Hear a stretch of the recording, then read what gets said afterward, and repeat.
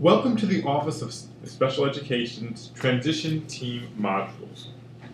This presentation is on Secondary Transition Requirement number 6, Transition Services Aid in Meeting Post-Secondary Goals. This information will aid you in incorporating the correct transition services in a student's IEP. The term transition services is a coordinated set of activities for a child with a disability that are based on the child's strengths, preferences, interests, and are designed to reasonably enable them to meet their measurable post-secondary goals. Transition services should be closely connected to a student's post-secondary goal. Creativity in the choice of transition services is suggested and welcomed. Most students will use the Rehabilitative Services Administration, RSA, or Developmental Disabilities Administration, DDA, during and after graduation from high school.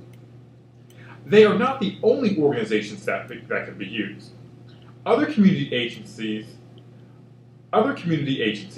like the Centers for Independent Living and the ARC of DC, may be listed on a student's SEDS file as well. You definitely want to ensure that your transition services are linked to post-secondary goals. RSA and DDA are involved at some point in time.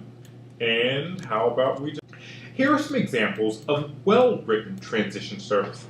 When you select transition services, there are some questions that you should ask. Number 1, are transition services listed in the transition plan?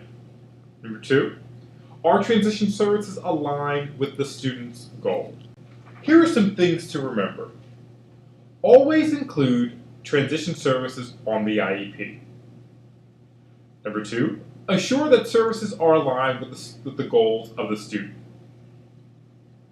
Number 3, be creative when listing services. You can access other supports as well.